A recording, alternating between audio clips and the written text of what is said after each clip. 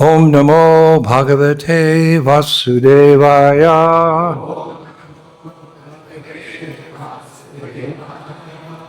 Om Namo Bhagavate Vasudevaya. Om Namo Bhagavate Vasudevaya. To save some time, I'll just repeat the verse myself and then we can move on. What does it say? What canto? Fourth canto. Chapter? Chapter number 17, Verse number 27. Tvam stadam dharmadam nitva mayagam tilashasharai atma yoga balenema darish yami yaham paja. Translation: You are very much puffed up with pride and have become almost insane. Presently, you have assumed the form of a cow by your mystic powers. Nonetheless, I shall cut you into small pieces like grain, and I will uphold the entire population by my personal mystic powers. Prithvi Maharaj, speaking to Mother Earth. Purport: The earth informed King Prithu that if he destroyed her, he and his subjects would fall down into the waters of the Garbhodak ocean. King Prithu now replies to that point. Although the earth assumed the shape of a cow by her mystic powers in order to be saved from being killed by the king was aware of this fact and would not hesitate to cut her to pieces, just like small bits of grain.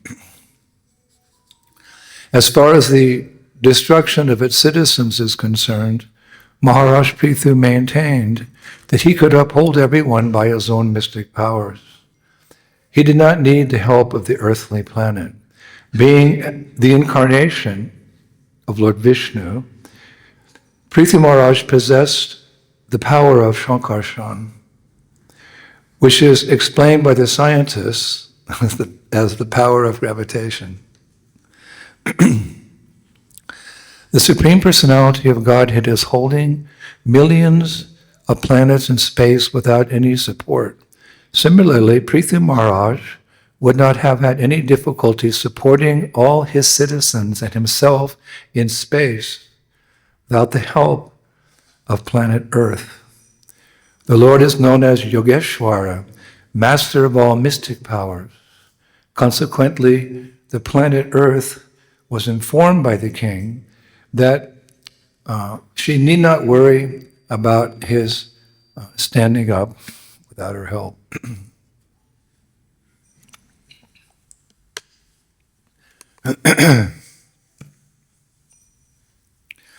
Oma Gyan Timidandasya Ganangana Shalakaya Chaksurni Jena Tasmai Shititanya Maro Vishtam Stapitam Jena Bhutale Shwayam Rupakadam Ayam Dadantis.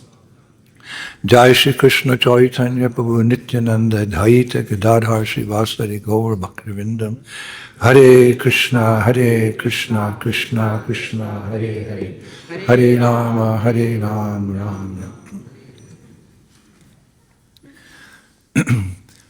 So in this verse of Srimad Bhagavatam, Prithu Maharaj is chastising Mother Earth very strongly, actually. Amongst other names, he says, stabdham. It means, you're puffed up with pride. Would you like to hear that from some? You're puffed up with pride. He's saying to Mother Earth. Of course, we know that Mother Earth, Bhumi Devi, she's a demigoddess. She's a devata. She's a servant of the Lord within this mature creation. Krishna is busy just with his devotees in Goloka Vrindavan, relishing their very sweet pastimes. So someone has to take care of this creation. So he delegates empowered individuals who are his devotees for the most part, because demigods a little mixed. They're devotees, but still there's some attachment there. He delegates them to govern this vast universe in which we live. So she's not some common person. She's special, Bhumi Devi. But even devatas may sometimes fall prey to weakness. Abrahma bhuvanaloka punar arvitu arjuna mamopetiti kontya punarjanma nividyate. From the highest planet in the material world down to the lowest, all are places where misery, where repeated birth and death take place. So it's the place for imperfect beings. Nitya Siddhas, perfect beings, they live forever in Vaikuntha or in Goloka Vrindavan. But everyone in this creation has fallen from grace, and they are situated in higher or lower positions. So demigods, Svargalok, you reach there by your pious activities. They're not sinful persons. They're devotees, but still some tinge of material desire is there. Something, it may be subtle, but the race isn't over till it's over. Prabhupada wrote to my godbrother Jayananda Prabhu upon his departure. He's the one that established on Prabhupada's order Rath-yatras in the Western world. And he departed, and Prabhupada wrote him a posthumous letter, thanking him for his service, actually, posthumously. And he said in the letter, my dear Jayananda, if you have any tinge of material desires left, you've gone to Shvargaloka. And from there, you can fulfill those desires, but more importantly, you can purify yourself and go to Vaikuntha. He said, but because you were hearing the chanting of Hare Krishna when you died, I say you've gone to Krishna Loka. But my point is that if we maintain some attachment to this world, then we may not make it home. We'll go higher and higher and higher. So even the slightest attachments can trip us up. Just like one time my dear godbrother, Shyamasundar Prabhu, in the initial stages of his devotional service, he had some bad habits. Bad habits take time to overcome. And he was carving the Jagannath deities for the San Francisco temple, big deities. But he had this habit of smoking. He's not like that now, he's a great devotee, but we're talking about when he was in the kindergarten of devotional service. He was smoking while he was carving. And he took a puff and he was carving Jagannath, he put it on Balaram's head. They weren't painted or anything. And Prabhupada walked in. And he saw this. And he said to Shyamasundar, this is smoking. He said, why let such a little thing as this bad habit come between you and Krishna? He never smoked another cigarette in his life. Why let a little attachment come between you and Krishna, who's the reservoir of all pleasure, who's waiting for you in Goloka? He'll embrace you when you come. Why are you like that? So we're all works in progress, and we have to be serious day by day.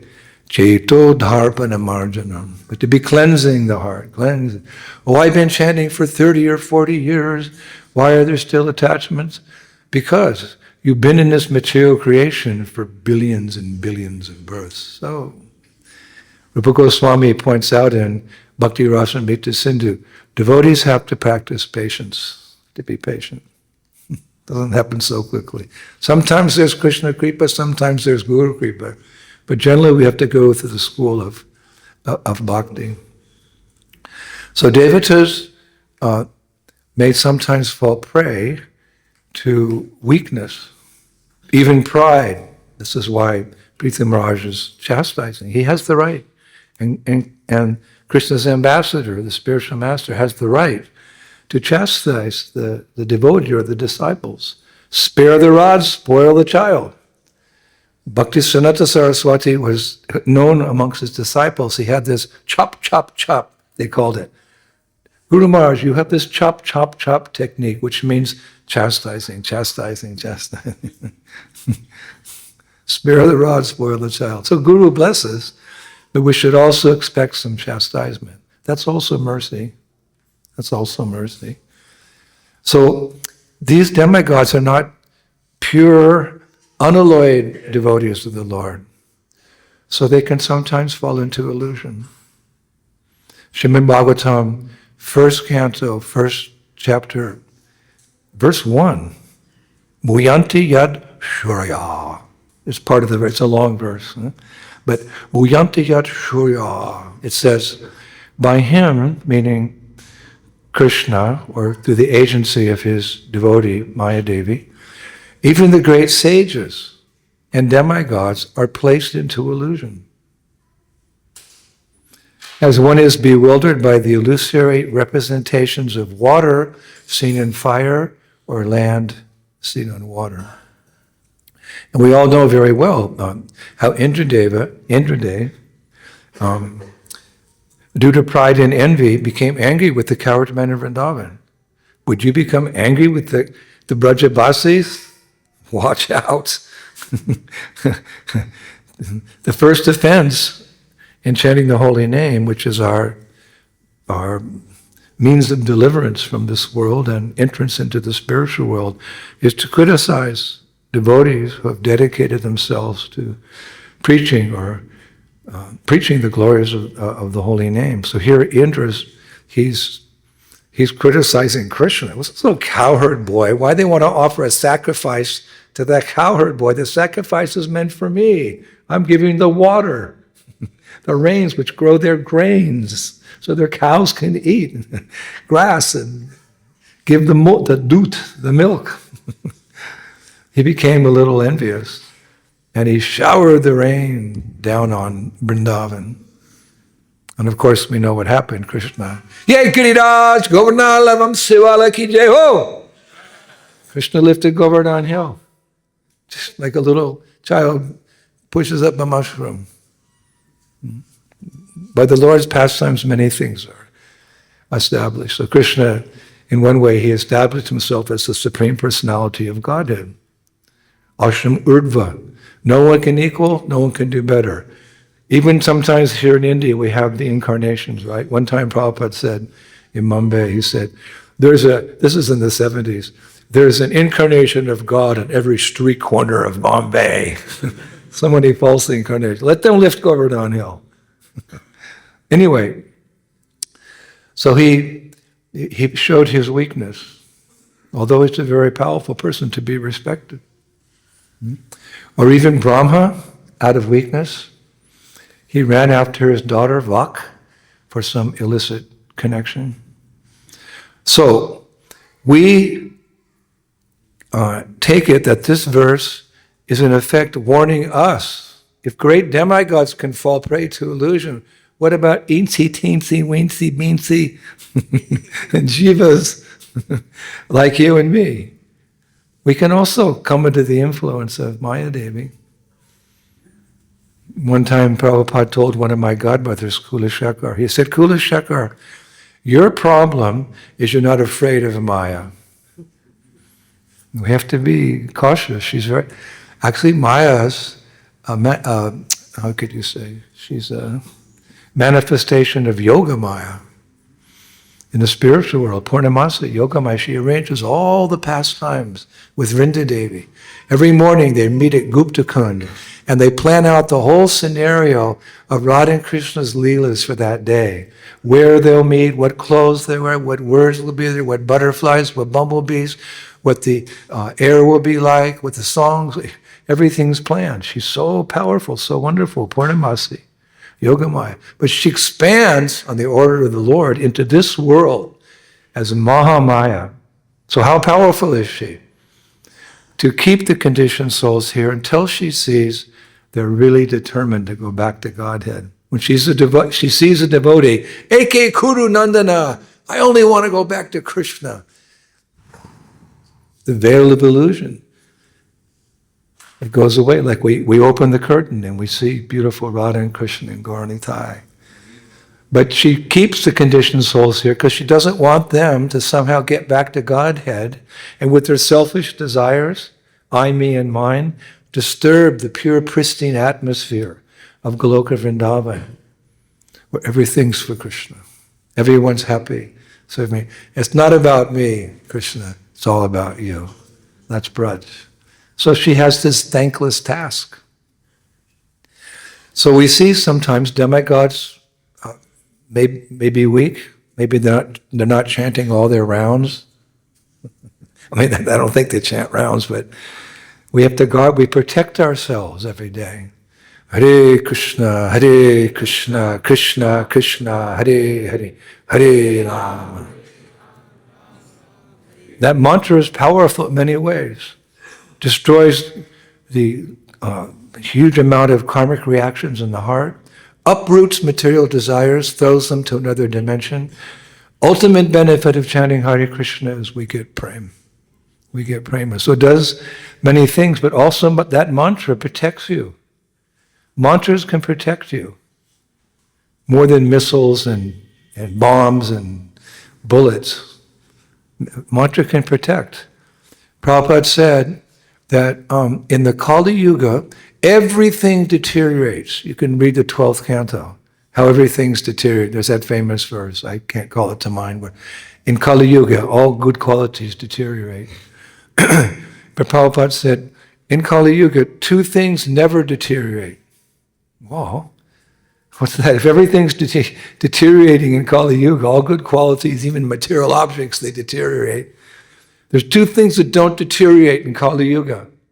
Like, what's that? Prabhupada said, mantras and jewels. A good sapphire, good emerald, a good ruby. Sometimes the astrologer will recommend because a planet, an inauspicious planet is influenced. He said a jewel, a perfect jewel with no flaws, it doesn't lose its potency. I was surprised. And he said mantras. Nama Chintamani Krishna's Chaitanya Rasa Vigraha. How can the potency of a mantra deteriorate? Because it's non-different than Krishna. The mantra is like a deity. It's Krishna personified. That's a deity. It's a material sound vibration, quote unquote, but because it's Krishna, it's a transcendental sound vibration. So it doesn't deteriorate. I personally travel with deities. I have Radha and Krishna and Giriraj Govardhan and Narsingh Bhagavan. Here I have Srila Vyasadeva, praying that I can speak on the Bhagavatam.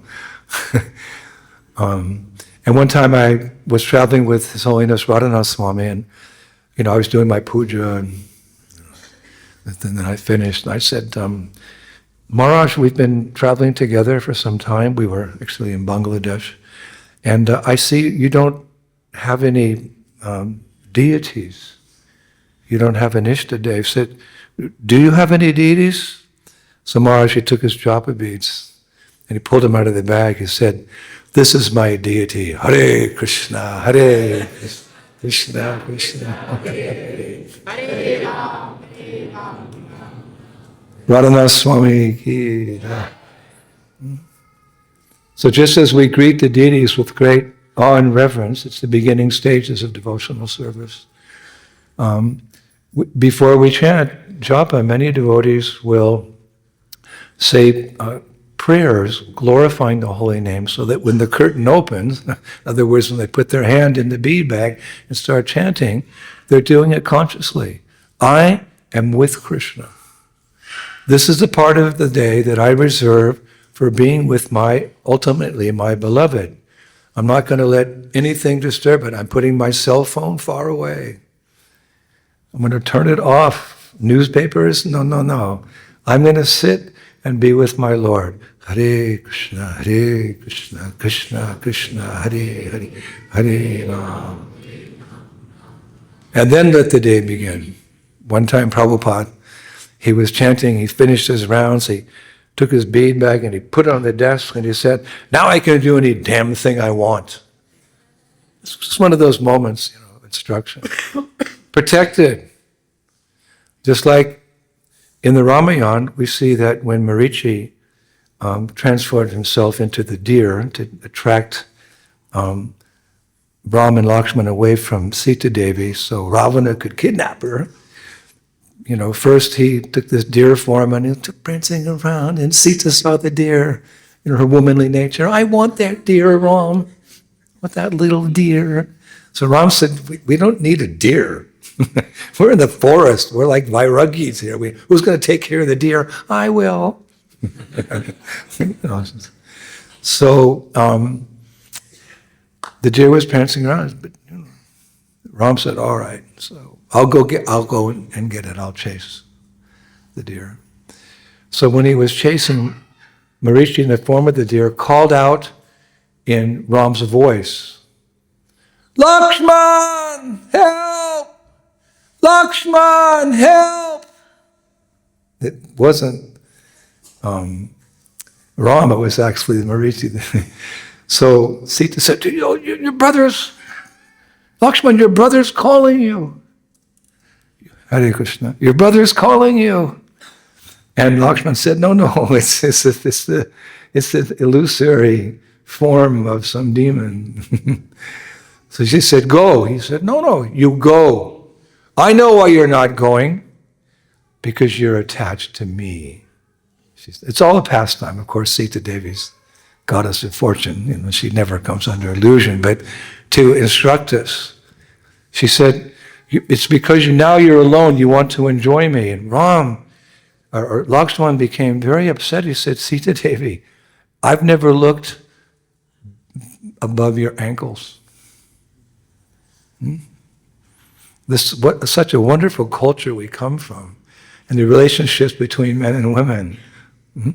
We practice chastity so we can fix our mind on the Lord, because it's lust only, Arjuna, which is the all-devouring sinful enemy in this world. So civilized persons, they're careful in their relationships, respectful but careful in relation. I've never looked above your ankles. Can you imagine? Wow, it's the God. She's so beautiful. She's the most beautiful. So she kept going on, so the pastime could evolve, and he said, all right, I'll go. Took out his sword, and he made a circle around Sita Devi in the dust, chanting a mantra.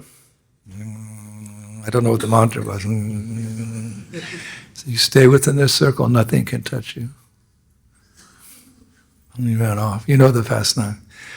So Ravana came, one of the greatest asuras of all time. He'd conquered the 14 worlds. He was so powerful.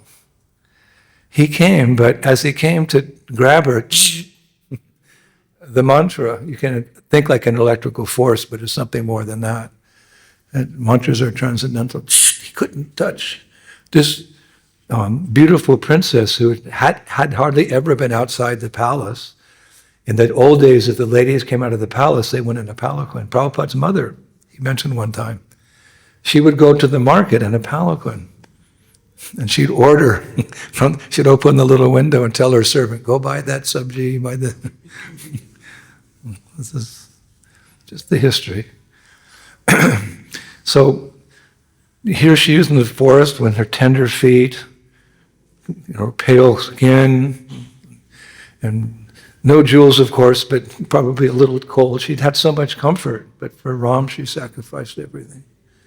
Another example of pure devotion. So how could she defend herself? Because the mantra was there. So when she stepped out of sentiment, she wanted to give the fruit to this Ravana who was coming as a mendicant, disguised as a mendicant. She stepped outside to give the fruit. Boom, he grabbed her.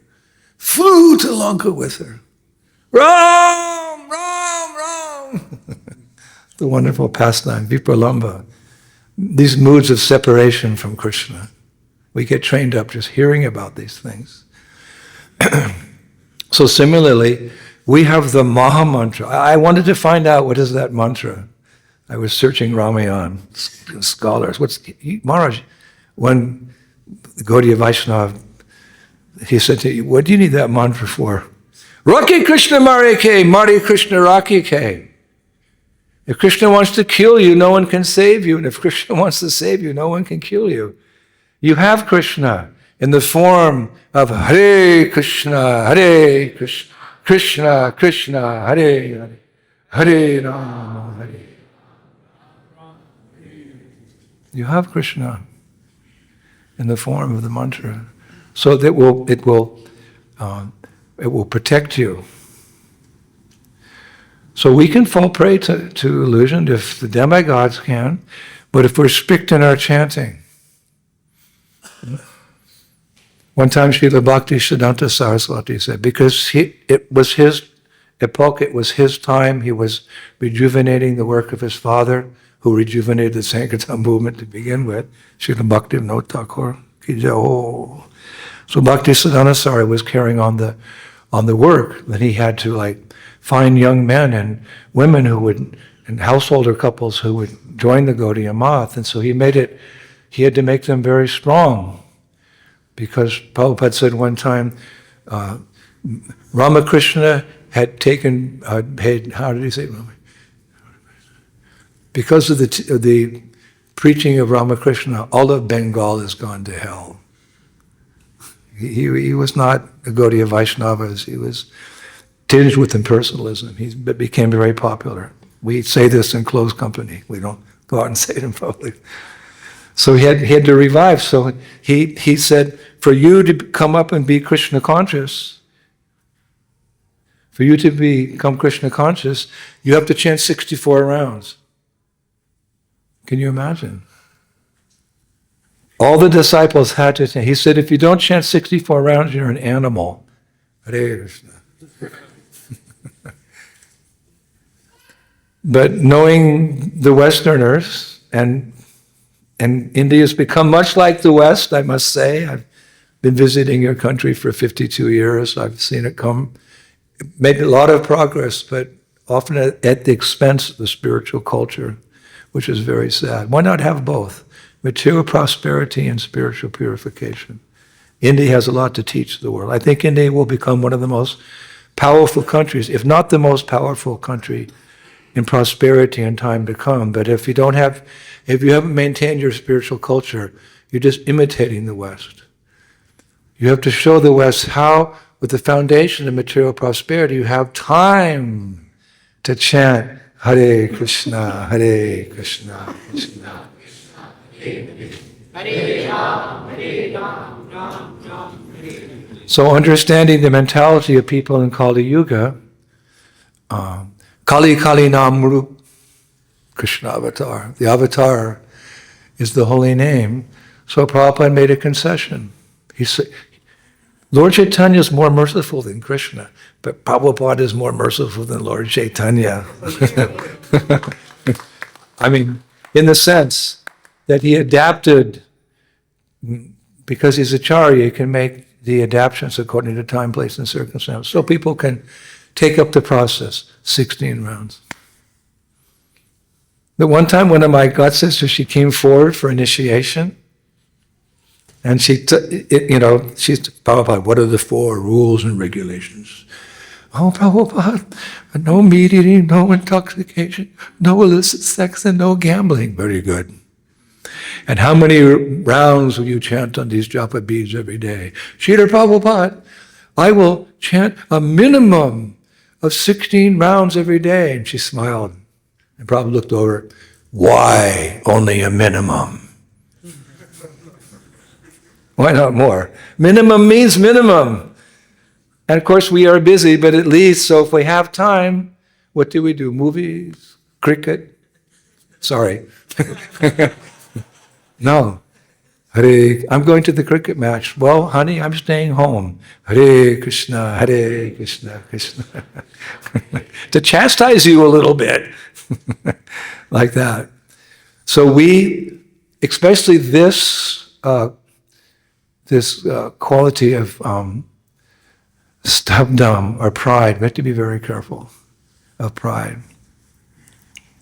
Because that's what he's chastising her about. So today the lesson is about, there's many things that the Guru or the Lord will enlighten us that we have to be careful of.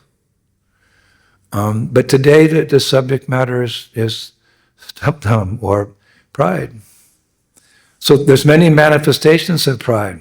You can be proud of your body. Mirror, mirror on the wall, who's the fairest of them all? You are. Correct answer. Or you can be proud of your possessions, your hard-earned possessions. You can be proud of your money.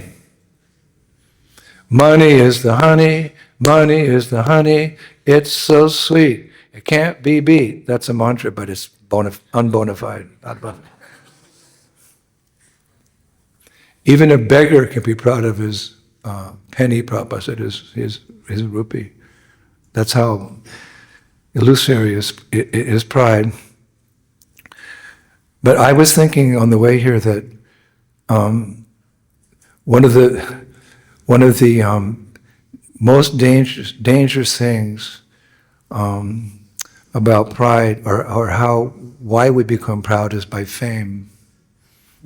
By fame. Fame and pride go hand in hand. So much so that Lord Chaitanya, he warns us about fame. Like, I'm the in charge. You say here in India, I'm the in charge of the kitchen. I'm the in charge of the temple. Many times I see, because I see to myself. We all have these qualities, so I'm not speaking just to you, I'm speaking to the mirror. We're in charge of something, or we've made some accomplishment, and we take credit for it. Give credit where credit is due, Guru and Gauranga. So Mahaprabhu warns us about this becoming well-known, becoming famous, and the resultant pride. In that classic verse, Na dhanam, na janam, na sundarim, kapicham va, jakadishta kamaye, mama janmani ishvat, bhavatad bhakti. O Almighty Lord, I have no desire to accumulate wealth, nor do I desire beautiful women, nor do I want a number of followers. How many followers do you have? 10. I have 100. What did you cook today? I cooked sabji. I cooked rice and dal for the Lord, and I'm sure He liked it more. We want recognition. It can bring this pride. We have to be careful. Nor do I want any number of followers, Mahaprabhu says. I only want your causeless devotional service, birth after birth. So I don't want to become famous, because I have many followers, and I can become proud. And Raghunath Das Goswami also warns us about this desire for name and fame.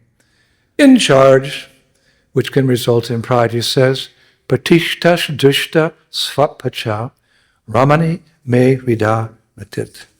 O mind, listen, O mind, a shameless, low-born prostitute who eats dog meat is dancing in my heart in the form of desire for fame. How can pure love for Krishna ever find a place in my heart? Wow. So, actually, of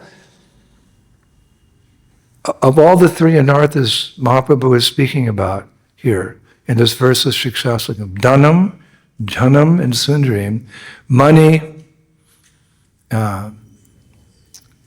followers, attraction to the opposite sex. I think the most difficult to give up is fame, pride. And I say that in a humble way, as much as humble as I can be, because I remember when I was at Kumbh Mela some years ago, and I'd like to go around the Kumbh Mela, and meet the sadhus, I just feel comfortable with them, and then give them the hint, Harinam, Harinam, Harinama eva kevalam, Kalo, Nasteva, Nasteva, Nasteva. God, dear sir, you're a Tyagi, you're a renunciate, you're a Gani, but in the age of Kali, the most easiest and sublime way to become enlightened is to chant Hare Krishna. I'd go to all the big sadhus. as a 19-year-old boy or something. All right, little boy. But I like to, associate with them. But I saw that many of these sadhus, they had little or no possessions. Wow. Who can do that in this age? Just not only live a simple life, but be a renunciate with just your lungi and your mala and your water pot. So renounced, we have to acknowledge. I saw, and they were renunciates. They practiced chastity. They appeared to be completely free from sex desire. But then the next day, I saw them riding on the big elephants through the Kumbh Mela, like this, and people were worshiping them. So in my heart, I thought, well, they gave up Dhanam and Sundarim. They gave up the desire to accumulate wealth and the opposite sex, but there's a little tinge of pride there. So it seems to me that after these things Mahaprabhu is talking about, it's so difficult to give up pride. But we shouldn't just see that in others.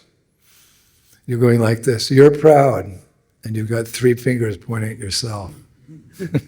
You can only recognize it because you have it. So we have to be very careful. Knowing that to go back home, back to Godhead, all contamination, of course, Dhanam, Janam, Sundarim, we have to get rid of it as quickly as possible because you don't know when you're going to die. I'm going to do it gradually, get rid of all these anarthas, and by the time I'm old, then I'll be Krishna. Prahlad Maharaj told his 5-year-old friends, now's the time to become serious about Krishna consciousness. But Prahlad, we're just boys, and boys are meant to play. We'll become serious about Krishna consciousness when we're old. So Prahlad, he's one of the 12 Mahajans. He's only 5 years old, fully Krishna conscious. He knows how to preach, so he said to his friends, yes, old age means just before you die. But don't young people die? Don't teenagers die? Don't middle-aged people die? Yes, sometimes you die in the womb, there's miscarriage.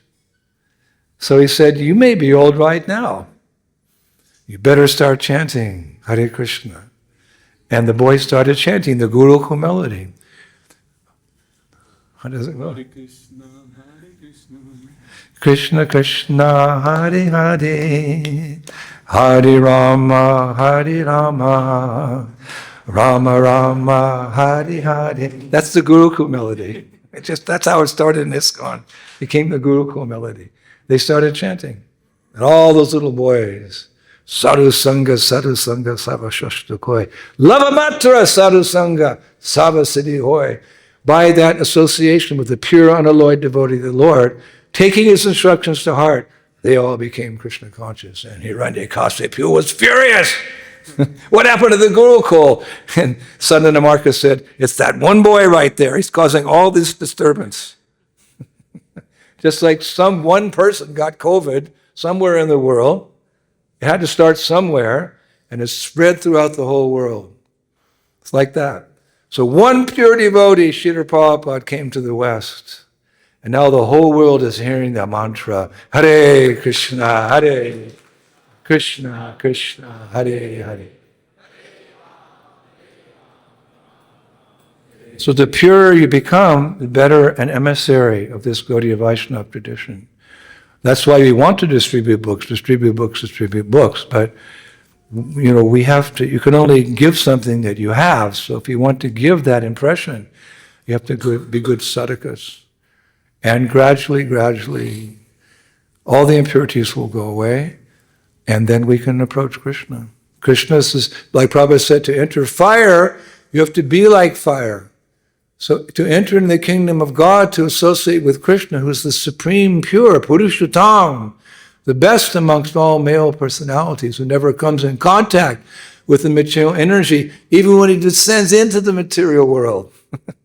He's never contaminated. Like a king, he goes around his kingdom. He's not affected by the laws of the kingdom. He's the king. So Krishna doesn't come under the influence of the material, and he's always pure. So if you want to associate with Krishna, you have to become purified. That's Queen Kunti's prayer. My Lord, your Lordship can be easily approached, but only by those who are materially exhausted. One who is on the path of material progress, trying to improve himself with a respectable parentage, great opulence, high education, and bodily beauty, cannot approach you with feeling. Bhakti is not about just mere repetition. You have to say it. Like my mom was always trying to train me when I was a young boy. She said, son, if you don't say thank you to someone who gives you a gift, don't expect to get any more from them. So, people would give me little gifts as a child. My mom would say thank you. Thank you. No, Brian, thank you. Thank you. Not like that. Appreciate the gift you've got. You had nothing and now you have that. Do you understand? Oh, now I understand, Mom. Thank you. And I get more gifts. It wasn't Amala Bhakti, but she was training me. So actually, when we're chanting Hare Krishna, a yagya vai Vishnu, what is a yagya? Yagya is basically just, there's a fire yagya, swaha, all that. But basically a yagya, it's saying thank you to Krishna for all the things we have. Light, water, food, air. These things don't just come by chance. He's the supreme controller. And we just forget. We just seem to, familiarity breeds contempt.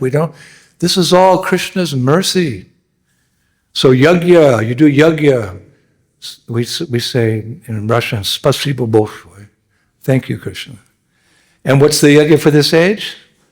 Hare Krishna, Hare Krishna, Krishna Krishna, Hare Hare. It's one way of acknowledging that we're all dependent, we're all Krishna's service. Jivir Swapoya Krishna Nityadas. It's just a way, Mahamantra there's variations of how to explain it. One is, thank you. Thank you. This one. Prabhupada gave different definitions of the Mahamantra. What was the most typical one? I heard it so many times. My dear Lord, my dear energy of the Lord, Srimati Radhika.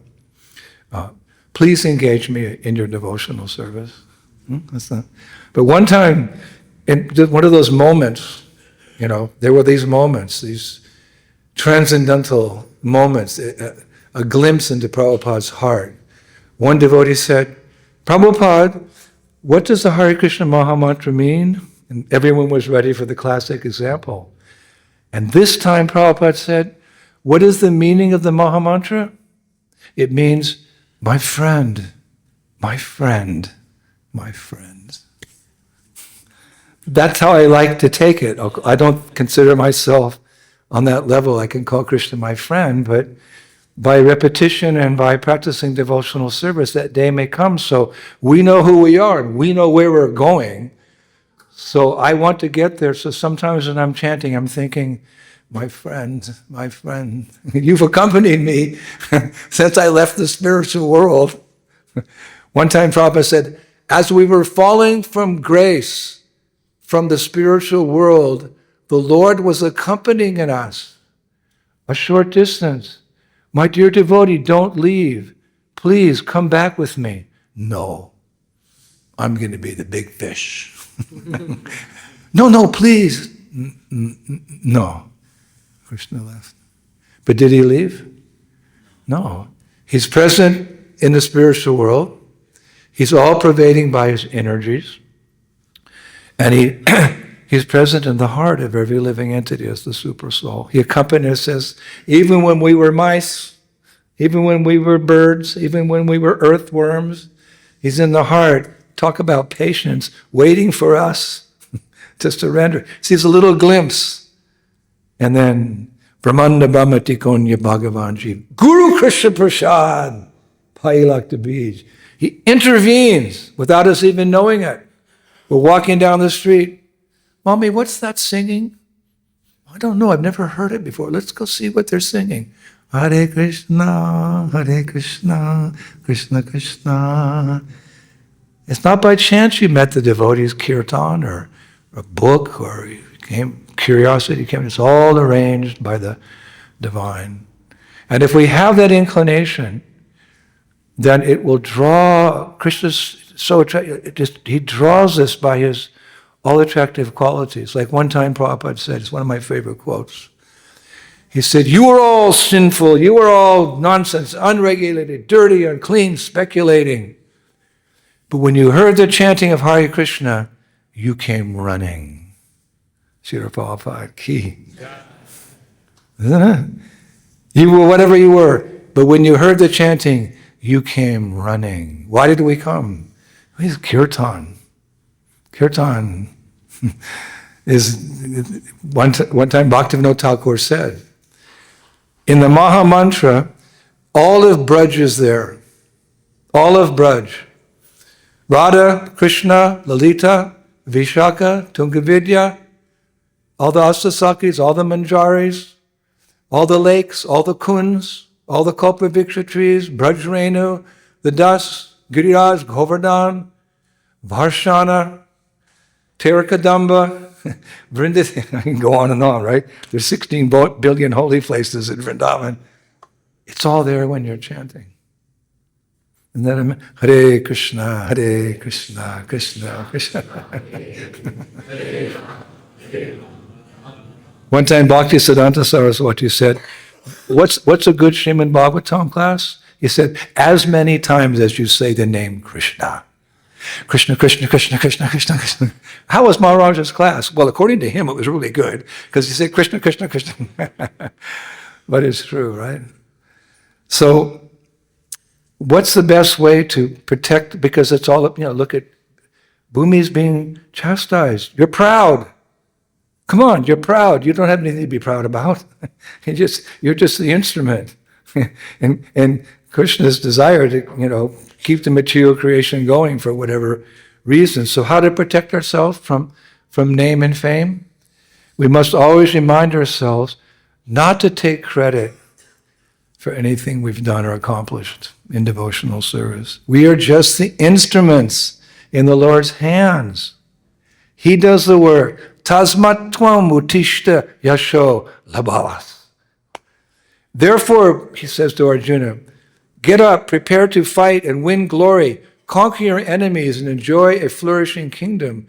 They are ready to be put to death by my arrangement. You, Vasavyasachi, can be but an instrument. An instrument of the fight. So we're just representatives of Krishna or his representatives, the spiritual master. One time there was a big debate in Navadvip between the Brahmins, the erudite Brahmins, and Bhaktisiddhanta Saraswati. That what is better, a Brahmana or a Vaishnava? The Brahmanas at that time, a little pride there, these Vaishnavas are, they're preaching and saying they're elevating people, but we're Brahman. So what's better? So there's a big debate. And Bhaktisiddhanta Saraswati, he spoke first. Let's see. No, he let the Brahmins speak first, and there's many verses glorifying the Brahmins. And then he spoke and he began, Namo Brahmanya Devaya, Go Brahmanya Hitaya Cha, Jagaditaya Krishnaya, Govindaya Namo. He said, what is dear to Krishna? Brahmanas. And they're all thinking, yes, now he's got the point that Vaishnava, that Brahmanas are better. And then he went on to explain that Brahmana is in the mode of goodness. Sattva, he's in the mode of goodness. But beyond goodness, there's something else. Suddha Sattva, transcendence. Transcendence. And these Vaishnavas are transcendental because they're always associating with the Lord in the form of his holy name. Hare Krishna, Krishna Krishna, Hare Hare, Hare Ram. They have Brahminical qualities, which is natural for a Vaishnava, but they're above because sattva is a stepping stone into transcendence. And they all were amazed. And he quoted so many verses that we don't have time. And then he finished the class. Sadhu, sadhu, sadhu. You know how we do in India? When we don't always applaud. There's nothing wrong with applauding. But the whole assembly erupted. The Vaishnavas and the Brahmins, recognizing Bhaktisiddhanta Saraswati as this amazing personality. Sadhu, sadhu, and it wouldn't stop. The room was shaking, I think.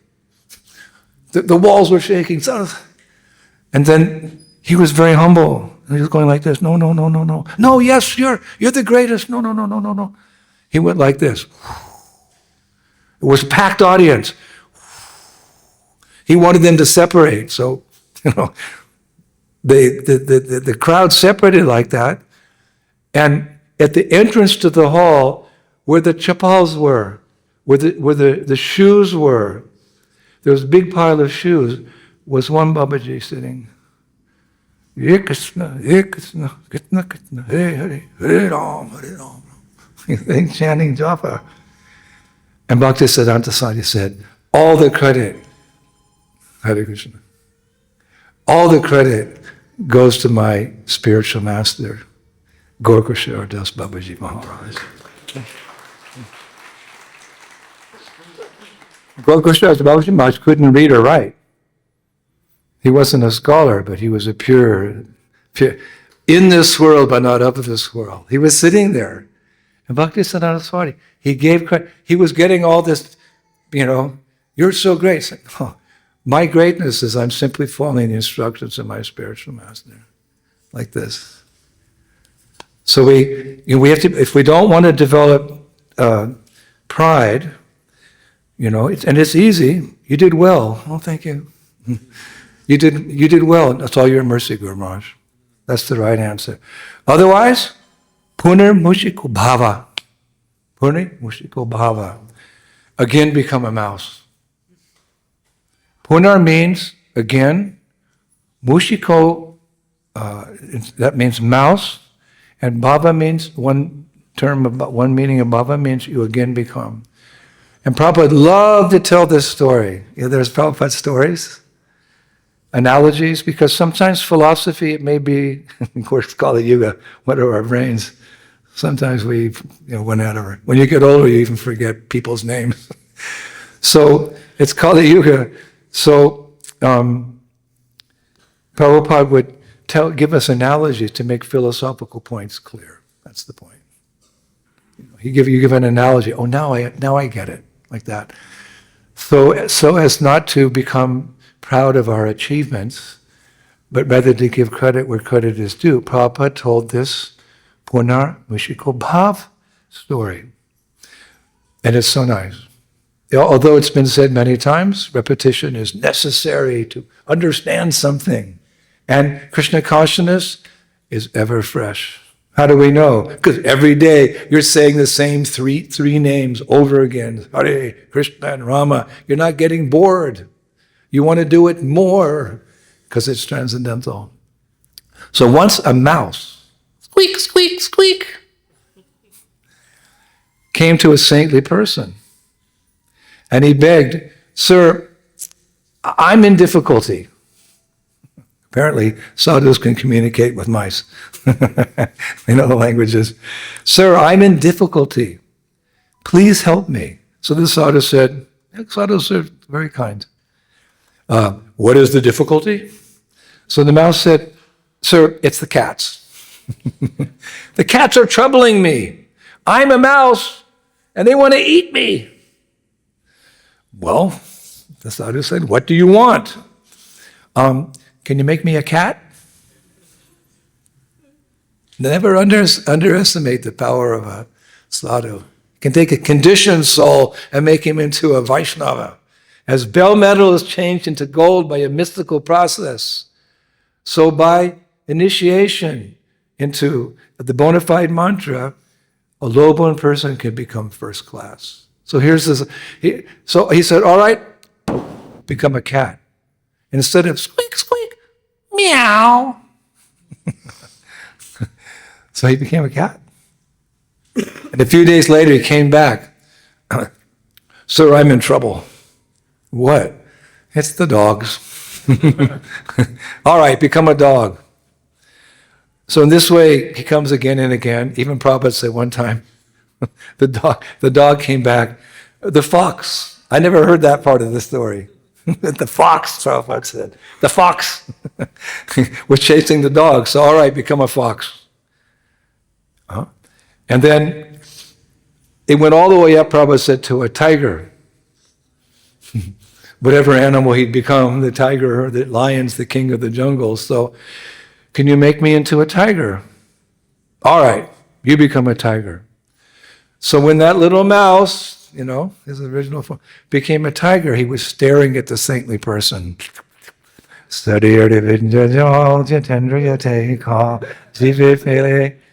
because the sadhu's body is made of prasadam.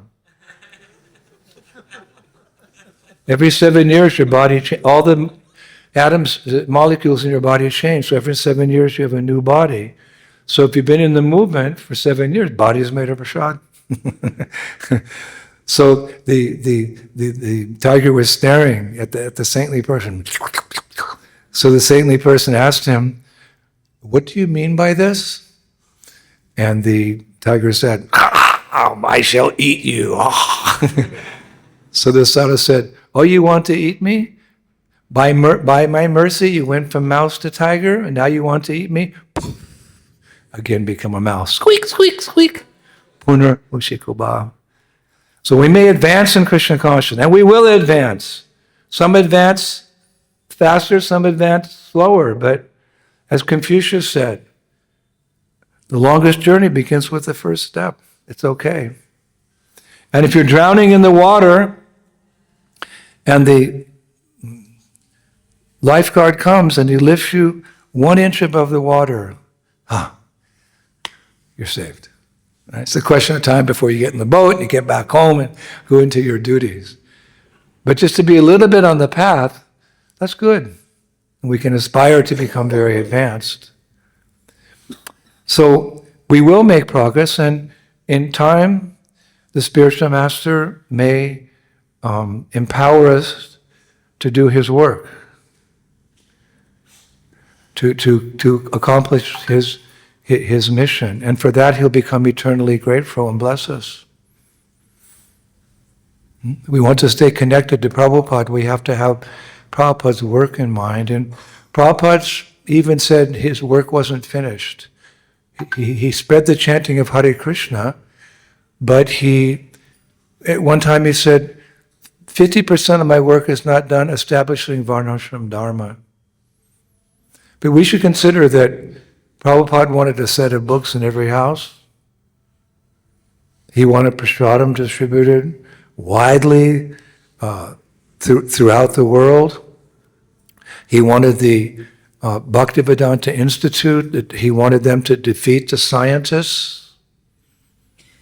He wanted gurukuls established. You could say to me, have we done that work? No. We want to go back to Godhead, but we haven't completed the work of our spiritual master in this world. How can you ask for more service when you haven't accomplished the service your guru has given you? Like you're sweeping the floor, right? And you're half done, then you run to the temple president. Can I have another service? Excuse me, did you finish mopping the floor? No, sir.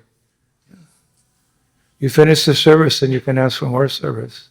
So this sincere ISKCON devotee, you could say, and we're being trained in this way, we should, before, I want to go to Gurugram Vrindavan. Yes, of course we want to go to Vrindavan, but we'll only go by Prabhupada's grace. He's the Acharya, it's by his grace. We may not be 100% qualified. We can still go. One time Prabhupada gave a class in America, and he said to become a pure devotee, you have to be 100% no material, no attachment. So everybody came on, it's going to take me a long time. So Prabhupada saw that he became a little discouraged. He said, okay, 85% pure. That's enough. What a concession. 85%, you can go home. And then he said, all right, 75%, nothing less than that. So there's some grace there. There's some grace there. So we have to think that we will go by His grace, but can we ask this highest grace, this highest mercy, if we haven't fulfilled His desires? By fulfilling His desires in this world, we qualify ourselves to go back with Him in the spiritual world. That's the point. By fulfilling His desires here, which again is a book in everyone's house, go as far as if we do that, then we can say, mission accomplished, Srila Prabhupada. Now what you want me to do? And we can hope we can then come back to Godhead. Woo! One time one of my godbrothers, he asked Prabhupada, and I was shocked. I was sitting there. He was a new devotee. He said, Swamiji, where are you going to go when you die? You don't ask the guru that. Ask him, who am I? Swamiji, where are you going to go when you die? I was so kind. He entertained all of us in a spiritual way.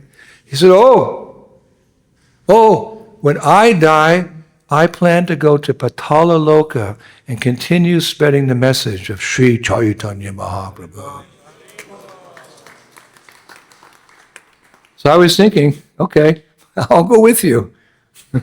Because for me, Krishna consciousness, for me, Krishna's mercy, for me, the spiritual world is with my spiritual master. Without him, what would I do? When I get back home to the spiritual world, he's the one who trains me in service to Sri Radhika. I offer the flower to him, he offers it to her, offers it to Lalita, or Rupa Manjari gives it to Lalita. So my connection, eternal connection, is with my guru, with my spiritual master. So I don't want to go anywhere where he's not. I've enjoyed my 54 years in Krishna consciousness, even in the most difficult of times. I've enjoyed, because it's all seva, and I tolerate the mosquitoes, which come in the form of so many inconveniences. One time I carried, I repeat this story, but I don't like to speak about myself, but because there's an instruction from Srila Prabhupada, and when Prabhupada instructs one disciple, he's actually instructing all his disciples, in most cases. So one time I flew with Prabhupada from New York to London, and there's many interesting things I could share, but when we got to London, and we came out of the plane and we were waiting for our luggage, Prabhupada's big main suitcase didn't come. He carried this big, I always wondered, what's in there? It's so heavy. It was all the books that he was using to write his purports. He would consult with the teachings of his guru, with Bhaktivinoda Thakur's works, and Baladev Vidyusana. There was no computers in those days. You didn't have a little disk, that's all there. So this big suitcase, and he would refer to these teachings, and it didn't come. It didn't arrive at the airport. So there was all the devotees were waiting in the London temple. I heard the Beatles were there. It wasn't true. But, we get to meet the Beatles too. And Yamuna Devi, bless her soul, she was cooking the feast. She's the best cook ever. She wrote a cookbook, which years and years, I think every lady in the movement should have that cookbook. Prabhupada would bless her for that. All the Krishna conscious recipes, the original recipes, Vedic cooking. So she was cooking, and then I was thinking, I can't wait to go to the temple with Prabhupada. There's going to be a big reception. I was like, wow. And then Prabhupada said, who's going to stay and wait for the suitcase? And I hid behind a pillar.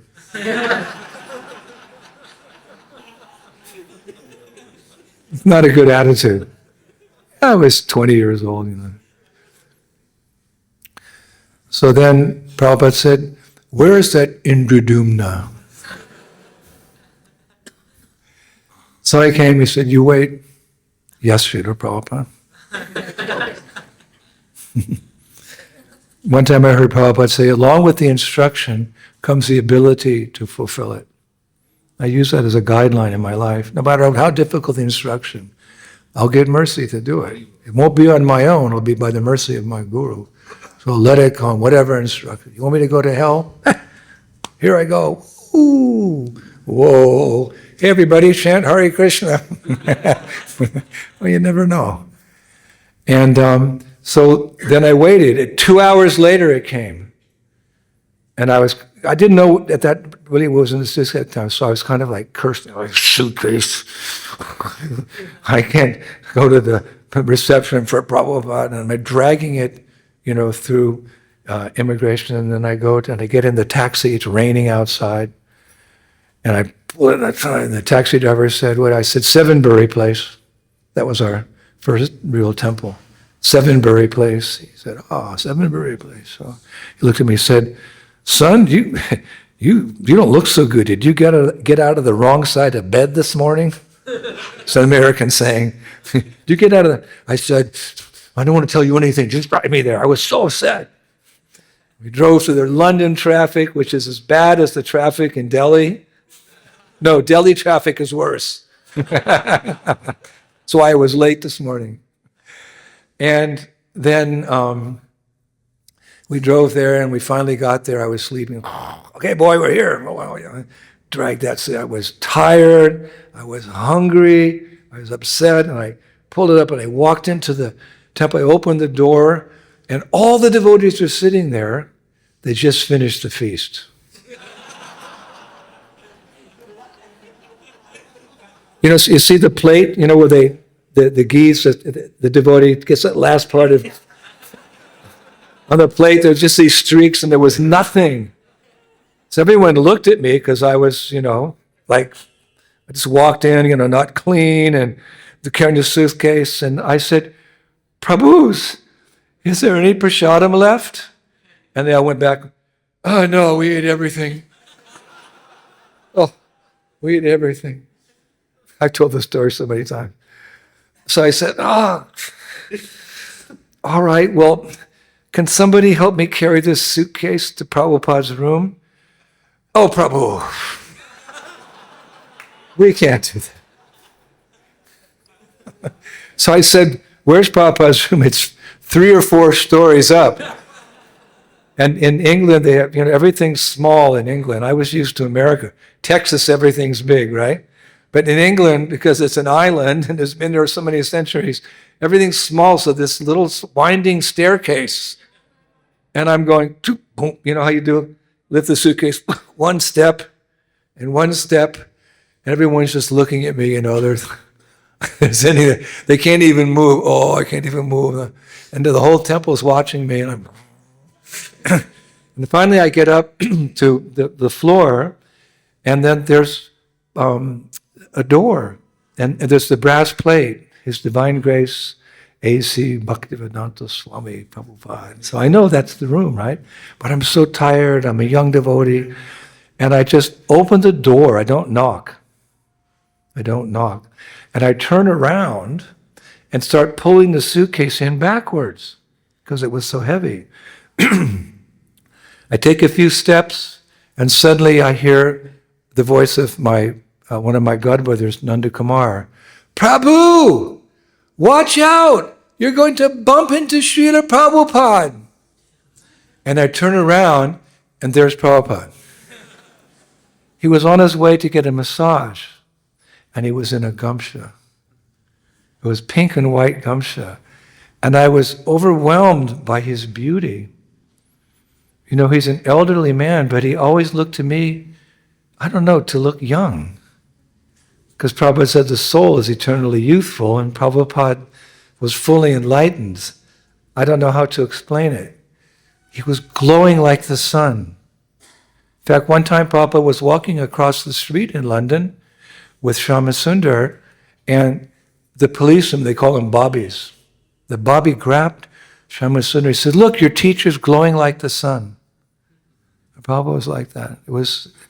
It's hard to put into words. And so there I am, and he's in his gamsha. And I was stunned. And immediately, boom, Namo Vishnu Padaya, Krishna Vishnu, Namaste, Saraswati. And I feel a little guilty because I came in and there wasn't the proper etiquette and, whatever. And maybe Prabhupada was angry, I don't know. And all of a sudden, whack! On my back, Prabhupada slapped me. Right here. I thought if I ever get a tattoo,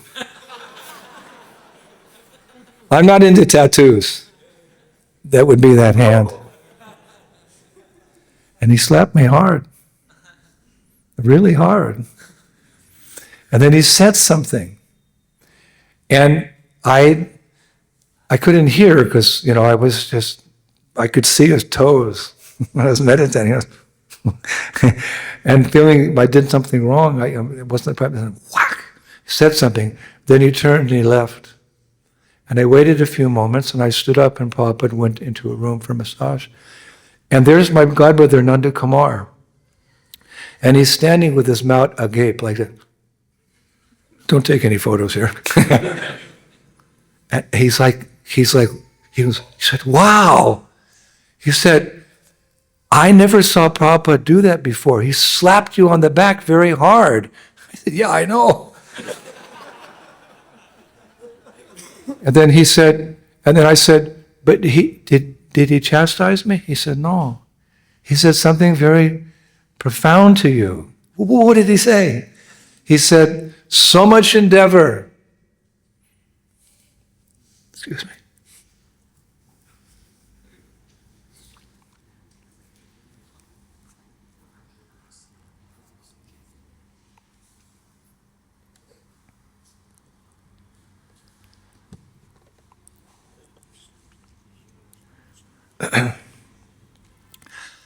Prabhupada says, so much endeavor in this material world.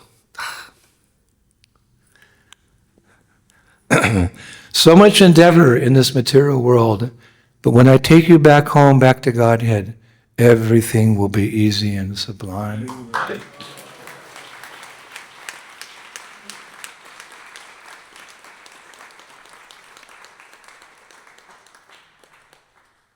Yeah. So then in my devotional service, because Prabhupada also told me one time, he said, you preach boldly and you have faith in the holy names. That's another instruction he gave me in London. He had asked me and another devotee to go to France and help preach there. There was a small temple, 2 or 3 devotees. So he wanted, us to go and help with the preaching there. And I was a little nervous. So in London, on that same trip actually, Prabhupada called for me there because he could see I was nervous. Speak French? I know anything about France. I didn't know where it was. I was such a naive young boy. It's somewhere in Europe, maybe, I don't know where, near Macedonia or something. I didn't know. So he called in and then he was preaching, this, and then he saw I was nervous. So then he paused, he looked over the desk and I was sitting like right there and he said, so, Indradyumna, you preach boldly and you have faith in the holy names. That became my mission statement. We all want a personal instruction from the Guru. There it was. So then later on I took sannyas and I was only 29, I took sannyas in 1979 and I tried to act on that order. To preach boldly means to go to that place where it may not be so easy to preach, to go to the hard places. Like one time Prabhupada said, any devotee who goes and preaches in the Muslim countries, he said, I'll take the dust of that devotee and put it on my head. No, we would never do that, but Prabhupada was just saying how much he would appreciate that. So in my career, I went to Russia, 1988, when it was full-on communist. I didn't go like this, so I got a 3-piece suit. I'm from California. I was a surfer boy. I only wore shorts and go to the beach all day. And I bought a 3-piece suit and a wig and a briefcase. And I thought, if I go to Russia, not as a devotee, but looking like a businessman, the KGB will never catch me. So I thought, in my whatever. I thought if I take whiskey, sorry, in the briefcase, they won't think I'm a monk because, also they have their Russian Orthodox religion there, which is, wonderful, but they never think of the monks drinking. So I travel everywhere with vodka and bourbon and gin. I never opened it, just in case, So we have to, anyway, you understand, right? One time the KGB, I was in an apartment and the KGB came and banged on the door. The devotee said, "You better run, Maharaj." Where do I run? This is the door. It was the first floor, so I jumped out the window into the snow. And of course, in the temple, we have bare feet. And I had to run into the forest, into the snow, and then I dug into the snow, because I was, in the military, they taught us how, anyway, if you're in combat and you're in the snow and then, they're attacking, you can hide by digging a hole in the snow and then covering yourself. So I did that, they didn't catch me. So I have so many stories. I was in the Amazon jungle for 4-5 months. I went to it's the whole story, Amazon jungle, preaching to the natives. They have these pipes they make from bamboo with the darts, the poison darts. How do we stop that? Hare Krishna, we chant, and we come with a big pot of halava. I'd eat the halava. And they come and eat the halava. Remember the first time you took prasadam, you started laughing? And all the Indians, in the jungle, we'd make friends. And so like that, we take the risk. Rakhe Krishna Marike, Mare Krishna Rakhe. Knowing that the preaching won't go on unless there's risks.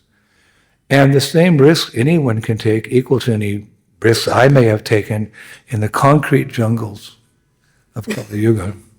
What's the concrete jungles? New York, London, Delhi. I know you love your city, but it's a concrete jungle where, two-legged animals, I don't want to be disrespectful, meat eating, what's going on now, intoxication, illicit sex, gambling. I'm shocked. I remember when I spent much time in Africa, in South Africa, Mozambique, Zimbabwe, but mostly South Africa. And one of the glorious presidents of that country, Nelson Mandela, he was a very pious person. I actually met him, that's another story. But he wrote a book, because the whole country went down with apartheid. He wrote a book, Cry My Beloved Country. What a title. Cry My Beloved Country. So sometimes, having come to your country as a young man, and now in the twilight of my life, I'll be 77 in a few months, Sometimes I look at India and I think, because I'm your adopted son. I have an American passport, but my heart is Bharat. Jai Hind. Jai Sri Ram! Radhe Shyam. So it pains me sometimes to see how, the West has infiltrated, and rightfully so, because, we can use science and technology, and it's nice to see how the country has benefited from material prosperity, but not at the expense of the greatest spiritual culture in the world. It's the greatest spiritual, with all due respect to other religions, we know who God is. They speak about God. Who's God? He's God. Who's God? Chintamani pakara saramasu kopa viksha lakshar viteshu shuravir palayanda. We can go on and on about what God looks like, who's his consort, who's his friends, who's his mother, who's his father, who are the Kalpavrikshas. Hey, Giriraj, we got Varshana, we got, we can go on. We're blessed. And you have to share that with the whole world. Because it's not Indian culture. That spiritual culture comes from Goloka, Vrindavan, Golok Prem Dan Harinam Sankirtan. The spiritual world has descended in the form of the Sankirtan movement. This culture comes from Goloka, and it came to India because, according to Shastra, the most pious people in creation, in the universe, they take birth in Bharat. So Krishna comes here and he establishes the culture to deliver you. It's easier. Then you have to go around the world and preach it. And if you can't do it, us Westerners will do it for you. Because we know the tricks of how to move there.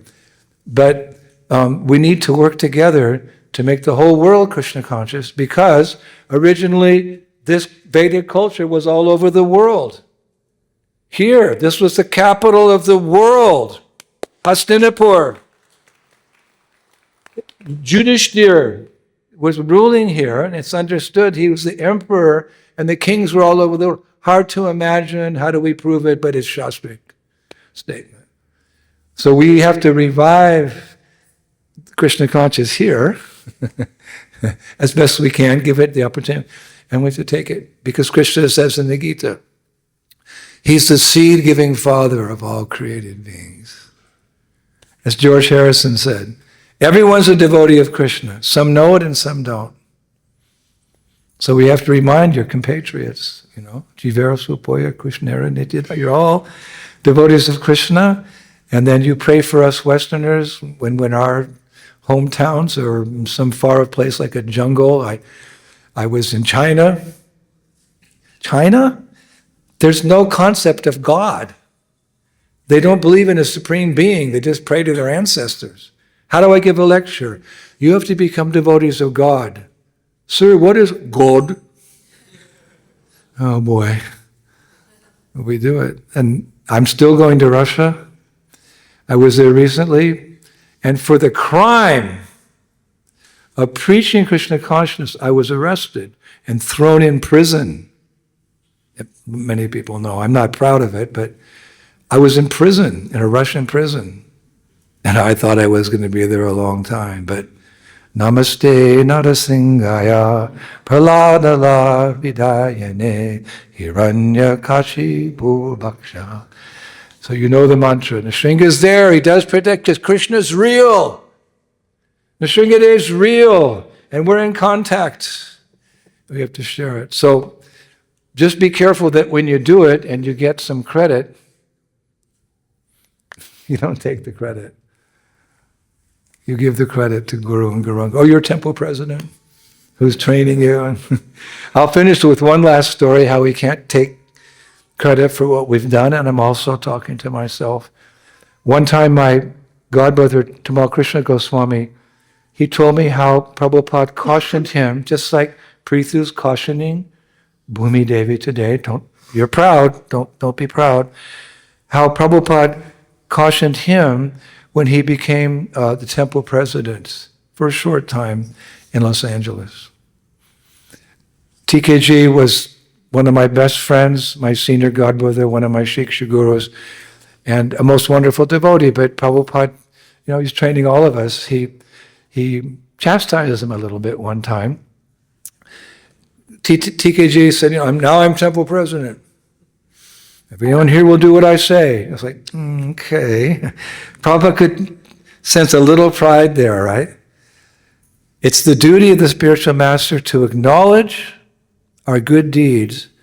It's an even bigger responsibility to chastise the disciples for their deficiencies. We all want the sweet words, but there's a saying in Vedic and Ayurveda, bitter is best.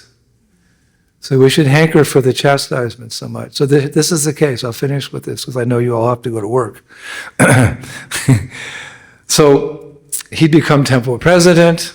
Prabhupada could detect a little pride there. So Prabhupada said, from the pores of Mahavishnu are coming billions of universes. Just, wow. So it's amazing, billions of universes. And then Prabhupada said, in those universes, there's one very large universe. And in that universe, there's unlimited solar systems. He's just giving this picture of how amazing everything, how great everything is. And in one of those solar systems, there's the planet Earth. And on that massive earth, there's one continent. And in that large continent, there's the country of America. And in America, there's many states. And in one of those states, California, is the big city of Los Angeles. And in Los Angeles, there's many streets and houses so vast. In one street, there's a temple called the Hare Krishna temple. In one of those rooms in the temple, there's Tamal Krishna Maharaj thinking, I'm very important.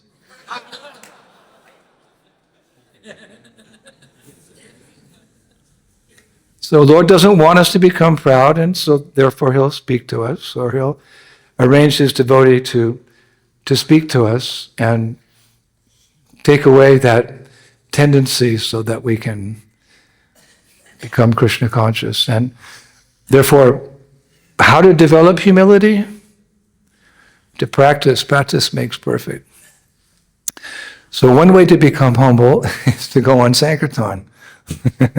Because when you go on Sankirtan, no one out there thinks you're important, all right? If you're a book distributor or you're trying to preach to the internet or whatever, Sankirtan's a good way to do it. And so we encourage you, because this, of course, is the month of book distribution. Is your marathon still going on? Whoa. It used to finish for us in America on December 25th, but you're so fired up here in Bharat that you're willing to go out even longer. So yes, by going out there on Sankirtan, you will you'll become humble. And one last message: pride. Be careful, because pride causes one to think that he's better than others. And even when we look at the people on the street as devotees, we don't think we're better. We just think we're more fortunate. Never think you're better. We're in kindergarten. We're just beginning. We were just pulled out of the ocean of material existence. So we're not better than others. We're just more fortunate that Guru Maharaj came and saved me. We may not even been looking for a guru, but Guru came. One disciple of Tamal Krishna Goswami, Gaurangi Dasi, in her Vyas Puja offering to her Guru Maharaj, Sri Ram Raj, she said something I always remember. She said, Guru Maharaj, it took you so long to find me. Please never kick me away. It took you so long to find me. Don't kick me away. We don't go looking. The Guru canvasses for us. He encourages his disciples, like Prabhupada encourages. Distribute books, distribute books, distribute books, or in any way you can preach. So we just walked in the door. So we don't consider ourselves better. We just consider ourselves more fortunate than them. And if we share our good fortune with them, Lord Chaitanya will purge our heart of all bad qualities, including pride, and bestow the good qualities of a devotee like humility, so we can be valuable instruments in bringing Krishna consciousness to this great international society for Krishna consciousness. Thank you very much. Hare Krishna.